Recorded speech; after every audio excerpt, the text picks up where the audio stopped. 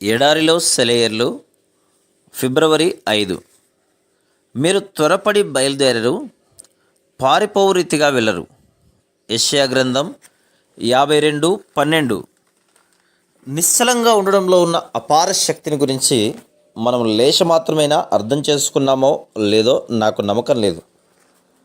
మనం ఎప్పుడూ హడావుడిగానే ఉంటాం, ఏదో ఒకటి చేస్తూనే ఉంటాం.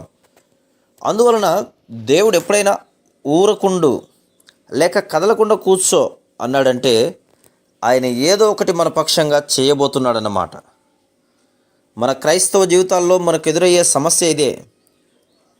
దేవుడు మనలో పనిచేసే అవకాశం ఇవ్వడానికి బదులు క్రైస్తవులమని చూపించుకోవడానికి మనమేదో చేయబోతాం. ఫోటో తీసేటప్పుడు కదలకుండా కూర్చుంటారు కదా మీరు. మన విషయంలో దేవునికి ఒక శాశ్వత ప్రణాళిక ఉంది. మనల్ని తన కుమారుని స్వారూప్యంలోకి మార్చాలని. ఇది జరగాలంటే మనకై మనం ఏమీ చేయకూడదు. హుషారుగా పనిచేయడాన్ని గురించి ఎన్నెన్నో వింటుంటాం, కానీ కదలక మెదలక ఉండడాని గురించి తెలుసుకోవాల్సింది చాలా ఉంది. కదలకుండా కూర్చో ప్రియ కుమారి. ఎదురు చూసే ఈ రోజులు వ్యర్థం కావు. నిన్ను ప్రేమించేవాడు నీ అవసరాన్ని మనసులో ఉంచుకున్నాడు. ఆయన కదలక ఎదురు చూస్తున్నాడంటే అది తన ప్రేమని నిరూపించడానికే. కదలకుండా కూర్చో ప్రియకుమారి.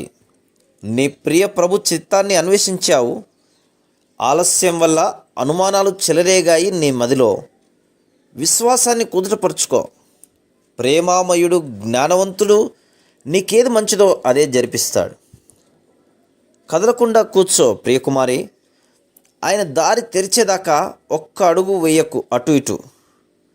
దారి కనిపించినప్పుడు ఎంత చురుకు నీ అడుగు, ఎంత తేలిక నీ హృదయం.